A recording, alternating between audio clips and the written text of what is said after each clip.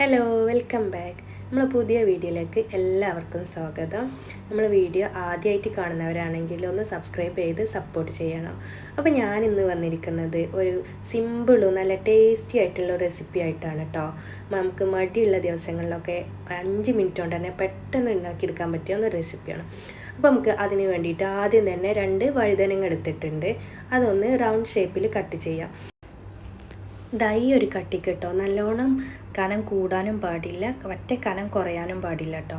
എന്നിട്ട് നമുക്കൊരു ബൗൾ എടുത്തിട്ട് അതിലോട്ട് കുറച്ച് മുളക് പൊടിയും മഞ്ഞൾപ്പൊടിയും ഉപ്പും കുറച്ച് വെളിച്ചെണ്ണയും ഒഴിച്ച് നല്ലപോലെ ഒന്ന് മിക്സ് ചെയ്ത് അത് നമ്മൾ വഴുതനങ്ങയിലോട്ടിട്ട് എല്ലാ അതിറ്റിലൊന്ന് നല്ലപോലെ പുരട്ടി വെക്കാം. ചൂടായ പാനിലോട്ട് വെളിച്ചെണ്ണ ഒഴിച്ച് കുറച്ച് കറിവേപ്പ് ഇട്ട് കൊടുത്ത് നമ്മൾ വഴുതനങ്ങ മുഴുവനായും അതിലിട്ട് നമുക്കൊന്ന് ഷാഡോ ഫ്രൈ ചെയ്തെടുക്കാം.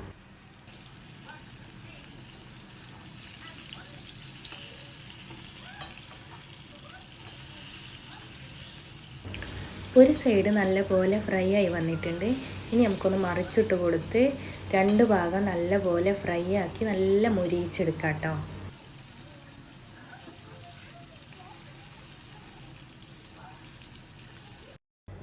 അതവിടെ റെഡി ആകുമ്പോഴേക്കും നമുക്ക് തൈര് ഒന്ന് റെഡിയാക്കിയെടുക്കാം.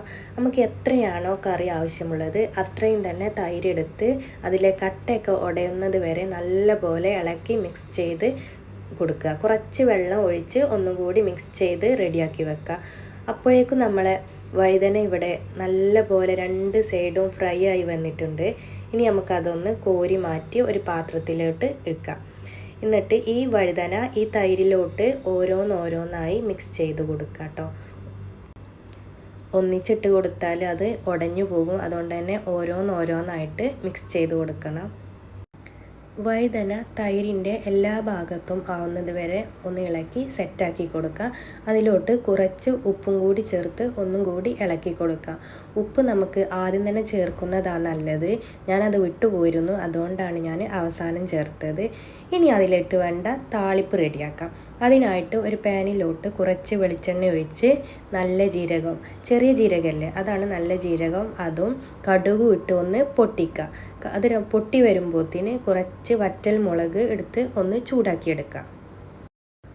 അതോടുകൂടെ തന്നെ ഒരു 2-3 ചെറുള്ളി അരിഞ്ഞതും ഒന്ന് മൂപ്പിച്ചെടുക്കുക. ഉള്ളി കളറൊക്കെ മാറി നല്ല ബ്രൗൺ കളറായി വന്നിട്ടുണ്ട്. അതിലോട്ട് കുറച്ച് വേപ്പിലയും ഒരു പിഞ്ച് മുളക് പൊടിയും ചേർത്ത് ഒന്ന് ഇളക്കി കൊടുക്കുക. മുളക് പൊടിയുടെ പച്ചമണം മാറുന്നത് വരെ നല്ലപോലെ ഇളക്കി നമ്മൾ മിക്സ് ചെയ്ത് വെച്ച തൈരിലോട്ട് ഈ താളിപ്പ് ഒഴിച്ചു കൊടുക്കുക. താളിച്ചൊഴിച്ച് കഴിഞ്ഞാൽ അപ്പോൾ തന്നെ യോജിപ്പിക്കരുത്. കുറച്ച് നേരം ഒന്ന് അടച്ചു വെച്ച് പിന്നെ യോജിപ്പിക്കുന്നതാണ് നല്ലത്. അങ്ങനെ ആവുമ്പോൾ അതിൻ്റെ സ്മെല്ലൊക്കെ അതിലോട്ട് ഇറങ്ങി കറിക്ക് നല്ല സ്മെല്ലായിരിക്കും. അങ്ങനെ നമ്മളെ കറി ഇവിടെ റെഡി ആയിട്ടുണ്ട്. നല്ല സൂപ്പർ ടേസ്റ്റി കറി ആട്ടോ. അത് പെട്ടെന്ന് തന്നെ ഉണ്ടാക്കാനും പറ്റും. എല്ലാവരും ഒന്ന് ഉണ്ടാക്കി നോക്കിയിട്ട് ഫീഡ്ബാക്ക് അറിയിക്കണം. പിന്നെ നമ്മളെ വീഡിയോ ഇഷ്ടപ്പെട്ടാൽ ഒന്ന് സബ്സ്ക്രൈബ് ചെയ്യണം, ലൈക്കും കമൻറ്റും കൂടി ചെയ്യണം. അപ്പോൾ മറ്റൊരു വീഡിയോ ആയിട്ട്